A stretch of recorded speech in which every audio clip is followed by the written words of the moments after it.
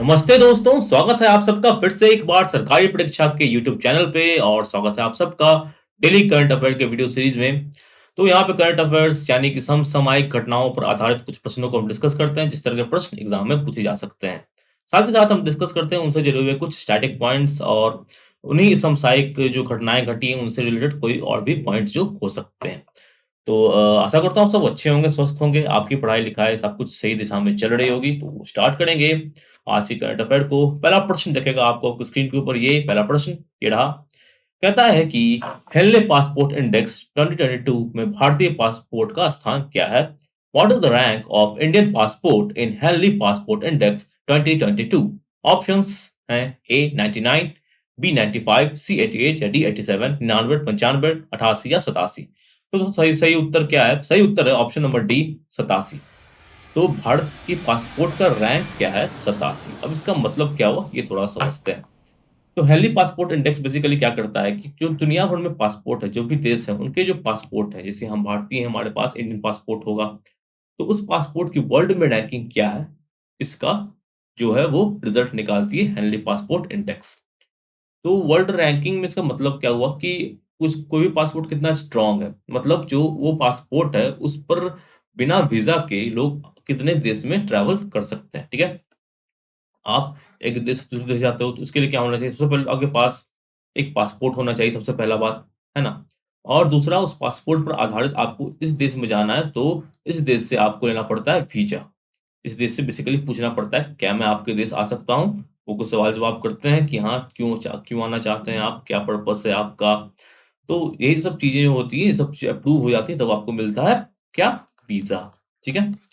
But कुछ देश ऐसे होते हैं जहाँ पे अगर आपके पास सिर्फ पासपोर्ट है, यानी कि सपोज इंडिया की बात करें तो सपोज कुछ देश ऐसे, जैसे 60 देश ऐसे हैं जहाँ पे सिर्फ आपको अगर इंडियन पासपोर्ट है अगर आपके पास, तो वहाँ पे आप बिना वीजा के जा सकते हैं इन देशों में, ठीक है? ऐसे कई सारे देश है, 60 देश हैं अभी के हिसाब से। तो बस यही दिखाता है कितने देश में आप इस पासपोर्ट पे जा सकते हैं बिना वीज़ा के, वही उस पासपोर्ट का की जो स्ट्रॉन्गनेस है, मजबूती है, वो दिखाता है कि वो कितना स्ट्रॉन्ग है, वर्ल्ड में उसकी कितनी, मतलब वर्ल्ड में कितना वो पॉपुलर है बेसिकली, ठीक है? तो यहाँ पे बात करें तो इंडिया की रैंक इसमें 87 है, यानी कि पूरे विश्व भर में यानी कि 193 देशों को अगर आँका गया तो भारत को उसमें रैंकिंग था 87। 87वें स्थान पर भारत का पासपोर्ट रैंक कर रहा था। कब? इस साल के इंडेक्स में। पिछले साल के इंडेक्स में कितना था? ये आप बताएँ कमेंट सेक्शन में कि भारत की जो रैंकिंग है 87, इसमें इज़ाफा हुआ है कि गिरावट आई है? ये आप बताएँ कमेंट सेक्शन में अच्छे से पढ़ के। ठीक है? अब आगे बात करते हैं। अभी तो भारत का रैंक था 87, अब टॉप तो किसी ने किया होगा। टॉप किया था जापान ने। जापान की रैंकिंग है फर्स्ट इसमें हेनली पासपोर्ट इंडेक्स में, और पिछले वर्ष भी जापान ने टॉप किया था। अब ये हाईएस्ट क्योंकि 193 कंट्रीज़ ऐसे हैं जहाँ पे जो अगर आपके पास जापान का पासपोर्ट है तो आप इस देशों में बिना वीज़ा के घूम सकते हैं, जा सकते हैं, ठीक है? अगर आपके पास जापानी पासपोर्ट है तो ऐसे 193 देश हैं, ठीक है? तो ये जो डाटा है ये निकाला गया इंटरनेशनल एयर ट्रांसपोर्ट एसोसिएशन के द्वारा, और जो रिसर्च टीम ने हैंडल की और उसके अन्य पार्टनर के साथ मिला के इस डाटा को तैयार किया गया। तो पहला रैंक तो जापान का था, दूसरा रैंक की बात करें तो दूसरे रैंक स्थान पर था सिंगापुर, ठीक है? और अगर आगे की बात करें तो सबसे नीचे कौन था? नीचे था अफ़गानिस्तान। सिर्फ़ 27 देश ऐसे हैं जो कि अफ़गानिस्तान को अलाउ करते हैं कि अगर आपके पास अफ़गान का पासपोर्ट है तो आप इन देशों में जा सकते हैं बिना किसी वीज़ा के, ठीक है? अब हेनली जो इंस्टीट्यूट है उसके हेडक्वार्टर की बात करें, इसका हेडक्वार्टर है कहाँ पे? लंदन में स्थित, लंदन की कंपनी है ये। ठीक है दोस्तों, तो आगे बढ़ते हैं, अगले सवाल पे आते हैं। सवाल संख्या 2 कहता है कि श्रीलंका के नए राष्ट्रपति के रूप में किसे चुना गया है? Who has been elected as new president of Sri Lanka? Option है A Dullas Alahapperuma, B Ranil Wickremesinghe, C Gotabaya Rajapaksa, D Mahinda Rajapaksa. तो दोस्तों सही उत्तर है option number B Ranil Wickremesinghe. जी हाँ, अब ये इलेक्ट हो चुके हैं श्रीलंका के नए प्रेसिडेंट के रूप में। अब ये नया प्रेसिडेंट के रूप में इन्होंने हराया है किसे? डुलस अल्हाम पेरूम ड्यूलस अल्हाम पेडुमा को इन्होंने हराया, ठीक है? तो ऑप्शंस में इनका भी नाम था। 134 वोट जो है वो डैनियल को पड़े और 82 वोट जो है इनके प्रतिद्वंदी डुलस को पड़े हैं, ठीक है? 13 जुलाई को इन्हें एक्टिंग प्रेसिडेंट के रूप में बनाया गया था, बट अब ये प्रॉपर प्रेसिडेंट बन चुके हैं। एक्टिव प्रेसिडेंट मतलब कुछ दिनों के लिए आप बन जाइए, आगे अब तक रिप्लेसमेंट ना हो, बट फाइनली भी क्या हुआ कि इन्हें ही अब प्रेसिडेंट बना दिया गया है, ठीक है?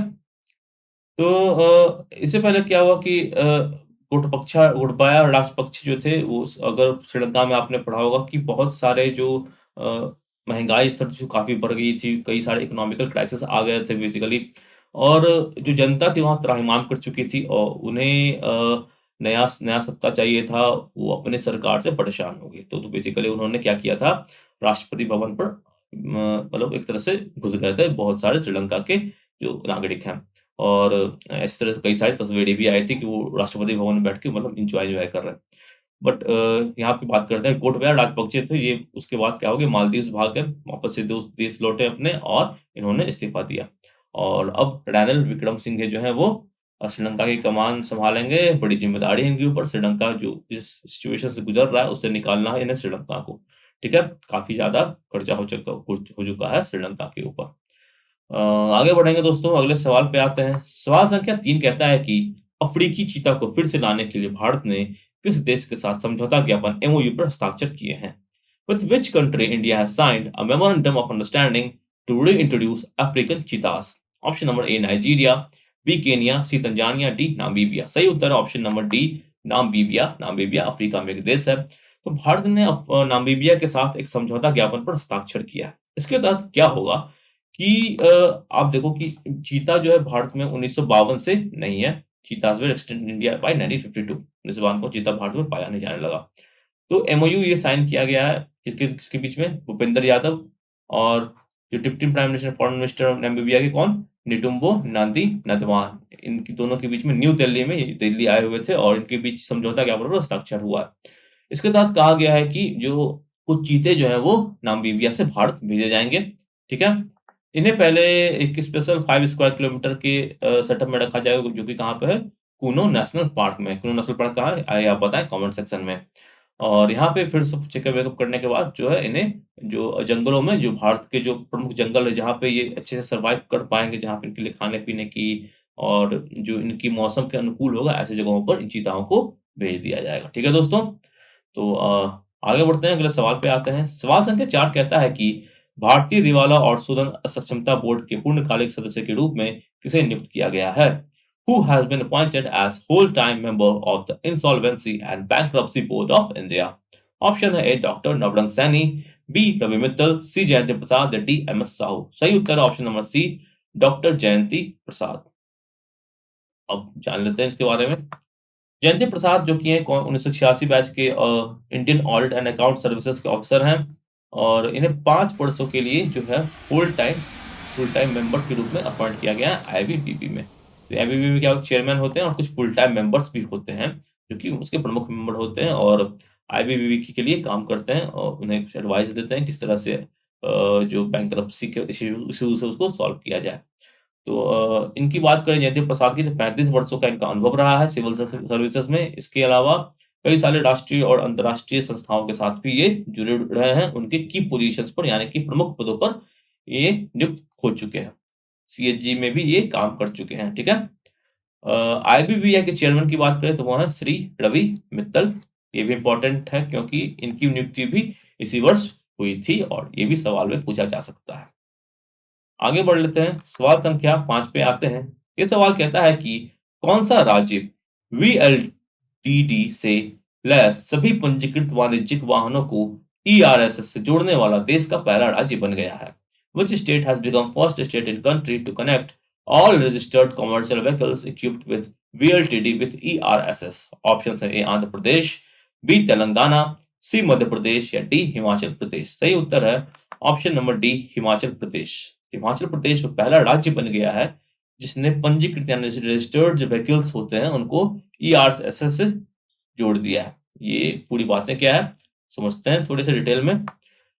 हिमाचल प्रदेश जो है पहला राज्य बना है व्हीकल्स को वीएलटीडी को से ईआरएस से जोड़ने वाला। वीएलटीडी क्या होता है यहाँ पे आप देख सकते हैं व्हीकल लोकेशन ट्रैकिंग डिवाइस। जितने भी रजिस्टर्ड वाहन है हिमाचल प्रदेश में उनमें वीएलटीडी लगाने की बात की जा रही है जो कि जुड़ा होगा इमरजेंसी रिस्पांस सपोर्ट सिस्टम से। तो इससे क्या होगा कि जो व्हीकल्स होंगे वो कहीं भी जाएँगे उन्हें ट्रैक किया जा सकेगा। अगर गाड़ी चोरी हो रही है, चोरी होके वो इंडिया में कहीं भी रहे, तो उस गाड़ी को आसानी से ट्रैक किया जा सकेगा और चोरों को पकड़ा जा सकता है। चीफ मिनिस्टर जयराम ठाकुर जो है हिमाचल प्रदेश के, उन्होंने इस योजना की शुरुआत की है। और इसमें एक और पैनिक बटन का भी डाला गया है कि पैनिक बटन, अगर आपकी गाड़ी से कहीं जा रहे हो, आपकी गाड़ी इसमें रजिस्टर्ड है, इसमें एक पैनिक बटन है। अगर आप किसी तरह की समस्या हो रही है, पैनिक बटन को दबा दोगे, तो आसपास के जो पुलिस स्टेशन हैं, उनको खबर चली जाएगी, ठीक है? When panic button is pressed, a signal would be received through satellite to 112 person distress would be connected and alert the police, ठीक है? अलर्ट के पुलिस के पास एक अलर्ट जाएगा इसके रिगार्डिंग, अगर आपकी पैनिक बटन दबाते हो, ठीक है? अब बढ़ेंगे आगे अगले प्रश्न पर। अगला प्रश्न क्वेश्चन क्वेश्चन नंबर 6 है। ये कहता है कि भारत कुल कितने स्वर्ण पदकों के साथ आईएसएसएफ निशानेबाजी विश्व कप 2022 की पदक तालिका में शीर्ष स्थान हासिल किया है? India top the medal tally of ISF shooting world cup 2022 with how many gold medals? Option है ए 5, बी 6, सी 3 या D 15, 5 6 3 15। And the correct option is option number A 5। 5 gold medal जीते हैं भारत ने आईएसएफ शूटिंग वर्ल्ड कप, जो अभी हुआ है। कहाँ पे हुआ है? ये हुआ है साउथ कोरिया में, ठीक है? और यहाँ पे जो भारत ने स्थान हासिल किया है, वो पहला स्थान हासिल किया है। इंडिया ने इस वर्ल्ड कप में टॉप किया है। इसमें भारत ने जीते हैं कुल 15 मेडल। इसमें 5 गोल्ड है, 6 सिल्वर है और 4 ब्रॉन्ज मेडल है, ठीक है? इसकी बात करें तो आईएसएसएफ जो है, पिछला जो कैडियो में हुआ था, वहाँ भी भारत ने जो है वो पदक जीता था और टॉप पर आए थे। इसकी आईएसएफ वर्ल्ड कप की शूटिंग वर्ल्ड कप की बात करें तो इसमें जो खिलाड़ी जीतते हैं, उन्हें मौका मिलता है ओलंपिक्स में परफॉर्म करने का। एक अच्छा और बड़ा इवेंट है और भारत का प्रदर्शन इसमें काफ़ी उम्दा रह रहा है पिछले कुछ बारों से। अगर इस जो वर्ल्ड कप अभी चल रहा है, उसकी बात करें तो वहाँ पे महराज खान जो है, उन्होंने एक इतिहास बनाया है। इन्होंने क्या किया है कि ये पहले इंडियन बने हैं to win skeet gold at ISS world cup. Skeet gold क्या होता है कि स्किट एक इवेंट होता है जिसमें क्या होता है कि किसी जो टारगेट, उड़ता हुआ टारगेट, यानी आप फायरिंग कर रहे हो तो एक उल्टा हुआ टारगेट आपके पास दिया जाएगा, आपको इसे हिट करना होता है। तो इसी में महराज खान जो है, इसमें इन्होंने इतिहास बनाया है। क्यों? क्योंकि ये इस वर्ल्ड कप में इस स्पर्धा में गोल्ड जीतने वाले पहले भारतीय खिलाड़ी बने हैं वर्ल्ड कप में, ठीक है? तो ये वर्ल्ड कप हो रहा है साउथ कोरिया में। साउथ कोरिया के कौन से शहर में हो रहा है, ये जानना भी ज़रूरी है। ये आप पढ़ें और बताएँ कमेंट सेक्शन में। आगे बढ़ेंगे, सवाल संख्या 7 पे आते हैं। ये कहता है कि मलयालम सिनेमा के सर्वोच्च सम्मान डेसी डैनियल अवार्ड से किसे सम्मानित किया गया है? Who has been conferred with JC Daniel award, the highest honour of Malayalam cinema? Option number A Ramaswamy Annadavapu, B KV Kumaran, C P Anitha या डी सुब्बू अरुमुगाम। तो सही उत्तर है option number B KP Kumaran. तो एक जाने-माने फ़िल्म मेकर हैं केपी कुमारन और इन्हें डेसी डैनियल अवार्ड से सम्मानित किया जा चुका है, जो कि मलयालम सिनेमा का सबसे बड़ा अवार्ड है। तो इन्हें जूरी जो थी, उसकी जूरी के जो जज थे वो कौन थे? पी जयचंद्रन, इनके द्वारा दिया गया है। जो अवार्ड डेसी डैनियल अवार्ड, इसके साथ 5 लाख का कैश प्राइज़ भी दिया जाता है और एक सम्मान भी दिया जाता है। इसकी बात करें तो ये अवार्ड इन्हें 3 अगस्त को दिया जाएगा, जो केरल के चीफ मिनिस्टर हैं पिनरई विजयन के द्वारा।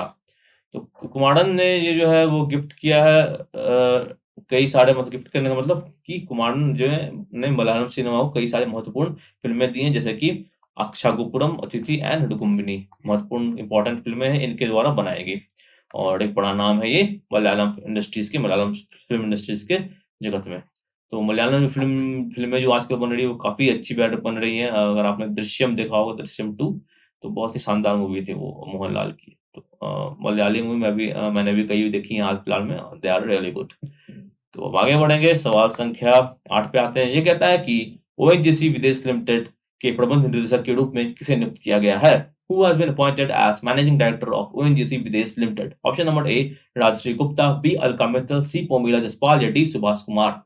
तो पहले जान लेते हैं सही उत्तर क्या है। सही उत्तर option number A Rajshree Gupta. इन्हें ओएनजीसी विदेश लिमिटेड के प्रबंध निदेशक यानी कि मैनेजिंग डायरेक्टर के रूप में नियुक्त किया गया है। इन्होंने रिप्लेस किया है आलोक गुप्ता को। और इसकी बात अगर आगे की बात करें तो 33 वर्ष की जो इनका कैरियर रहा है, इसमें उन्होंने कई सारे इंपॉर्टेंट जो स्ट्रैटेजिक पोजीशन ओएनजीसी की, उसमें इन्होंने काम किया हुआ है। ओएनजीसी और ओएनजीसी विदेश में, ओएनजीसी विदेश कुछ नहीं है, ओएनजीसी के द्वारा ही एक कंपनी है जो कि विदेशों में ओएनजीसी की ऑपरेशंस को देखने का काम करती है। इससे पहले वो chief of corporate strategy and planning थे ओएनजीसी में, राजश्री गुप्ता, ठीक है? ये है राजश्री गुप्ता। आगे बढ़ते हैं, अगले सवाल पे आते हैं। सवाल संख्या 9 यानी 9वां सवाल कहता है कि बिजली उत्पादन कंपनी रतन इंडिया पावर के नए प्रबंध निदेशक के रूप में किसे नियुक्त किया गया है? Who has been appointed as the new managing director of power generation company Ratan India power? Option है A Rajesh Kumar, B Irfan Alam, C Brijesh Gupta या डी सत्येंद्र पाठक। सही उत्तर है option number C, Brijesh Gupta. Brijesh Gupta को अपॉइंट किया गया है नए एमडी के रूप में, किसके? रतन इंडिया पावर की। रतन इंडिया पावर एक बहुत बड़ी पावर कंपनी है और 2700 मेगावाट का इनका थर्मल पावर प्लांट है। कहाँ पे? अमरावती में, नासिक में। इस अमरावती कहाँ पे? आंध्र प्रदेश में, और नासिक है महाराष्ट्र में। 1350 मेगावाट जो है वो ईच लोकेशन पर इनका पावर प्लांट चलता है और 1350 इंटू 2700 टोटल। और विजय गुप्ता की अगर बात करें तो इनका काफ़ी अनुभव रहा है रिन्यूएबल सोर्स ऑफ एनर्जी में, स्टील एनर्जी में, इस तरह की एनर्जी और माइनिंग सेक्टर में काम का अनुभव रहा है। रतन इंडिया पावर एक बहुत बड़ी कंपनी है। आगे बढ़ेंगे दोस्तों, अगले सवाल पे आते हैं। सवाल संख्या 10 कहता है कि वर्ष 2022 के एक्सपोर्ट इनसाइडर रैंकिंग में भारत का स्थान क्या है? What is the rank of India in expect insider rankings for the year 2022? Option है ए 10, बी 15, सी 30 या डी 36। 10, 15, 30, 36। सही उत्तर है ऑप्शन नंबर डी 36। तो भारत की रैंकिंग है एक्सपोर्ट इनसाइडर में कितना? 36।